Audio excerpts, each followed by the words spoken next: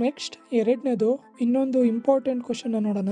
What are the advantages of connecting electrical devices in parallel connection rather than series? ಮನೆಗಳಲ್ಲಿರ್ಬೋದು ಮತ್ತು ಬೇರೆ ಬೇರೆ ಏರಿಯಾದಲ್ಲಿ ನಾವು ಕಾಂಪೋನೆಂಟ್ಸ್ ಅಥವಾ ಡಿವೈಸ್ಗಳನ್ನ ಸೀರೀಸ್ ಕನೆಕ್ಷನಲ್ಲಿ ಕನೆಕ್ಟ್ ಮಾಡೋ ಬದಲು ಪ್ಯಾರಲಲ್ ಕನೆಕ್ಷನಲ್ಲಿ ಕನೆಕ್ಟ್ ಮಾಡ್ತೀವಿ. ಸೊ ಅಡ್ವಾಂಟೇಜಸ್ ಬಂದು ಮೊದಲನೇದು, no need of wide current to operate. So ನಾವೇನಾದ್ರು ಪ್ಯಾರಲಲ್ಲಿ ಕನೆಕ್ಟ್ ಮಾಡೋದು ಅಂದರೆ ಈ ಒಂದು ಕನೆಕ್ಷನಲ್ಲಿ ತುಂಬ ಜಾಸ್ತಿ ಕರೆಂಟಿನ ಅವಶ್ಯಕತೆ ಇರಲ್ಲ.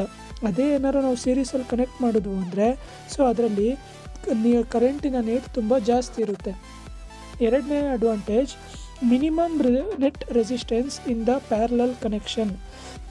ನಾವೇನಾದ್ರು ಡಿವೈಸ್ಗಳನ್ನ ಪ್ಯಾರಲಲ್ಲಿ ಕನೆಕ್ಟ್ ಮಾಡೋದು ಅಂದರೆ ಅದರ ರೆಸಿಸ್ಟೆನ್ಸು ತುಂಬ ಕಡಿಮೆ ಬರುತ್ತೆ. ಸೊ ರೆಸಿಸ್ಟೆನ್ಸ್ ಕಡಿಮೆ ಆಯಿತು ಅಂದರೆ ಕರೆಂಟ್ನ ನೀಡು ತುಂಬ ಕಡಿಮೆ ಆಗುತ್ತೆ.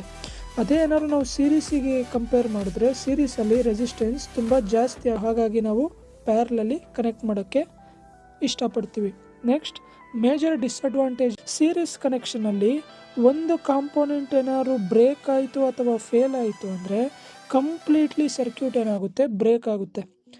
ಅದೇ ಪ್ಯಾರಲಲ್ಲಿ ಒಂದು ಕಾಂಪೋನೆಂಟ್ ಏನಾದ್ರು ಬ್ರೇಕ್ ಆಯಿತು ಅಂದರೆ ಮಿಕ್ತವು ಆನ್ ಆಗುತ್ತೆ ಅಥವಾ ವರ್ಕ್ ಆಗುತ್ತೆ. ಆ್ಯಂಡ್ ನನ್ನ ಕಾಂಪೋನೆಂಟ್ ವರ್ಕ್ಸ್. ಶಾರ್ಟ್ ಫಾರ್ಮಲ್ಲಿ ಇಷ್ಟು ಬರೆದ್ರೆ ಸಾಕು, ನಿಮಗೆ ಫುಲ್ ಮಾರ್ಕ್ ಕೊಡ್ತಾರೆ.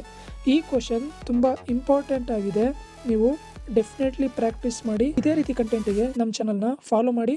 ಹಾಗೆ ಏನಾದ್ರು ಡೌಟ್ ಬಂದರೆ ಕಮೆಂಟ್ ಮಾಡಿ. Thank you.